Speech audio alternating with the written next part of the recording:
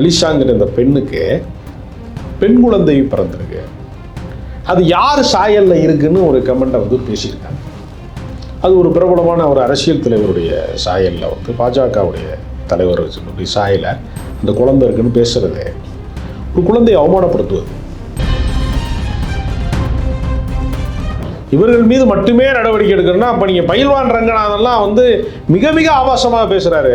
திரைப்பட நடிகர் சத்யராஜ் மகன் குறித்து ரொம்ப வாய்க்கு வந்ததெல்லாம் வண்டியாக போய் சொல்லியிருக்கான் மனுஷன். அண்ணாமலை வந்து கட்சி தொடங்க போகிறாரு.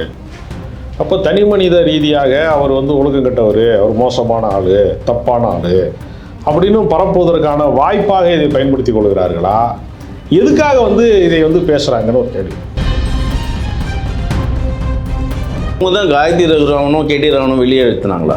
அதாவதுங்க எஸ்வி சேகர் சொல்கிறாரு, பார்ப்பனர்களை வந்து யாரையுமே பிராமின்ஸ் யாரையுமே பாஜக உள்ள அதிகாரமிக்கவர்களாக வரவிடாமல் பார்த்துக்கிட்டாரு அண்ணாமலை. பெரியார் திடலில் இருந்துக்கிட்டு பிராமின்ஸை எதிர்க்கிறது ஒன்றும் பெரிய விஷயம் இல்லைங்க. பிஜேபிக்குள்ளே இருந்து செய்கிறார் பற்றியலா, அதனால தாங்க அவர் திராவிட செல்வன்.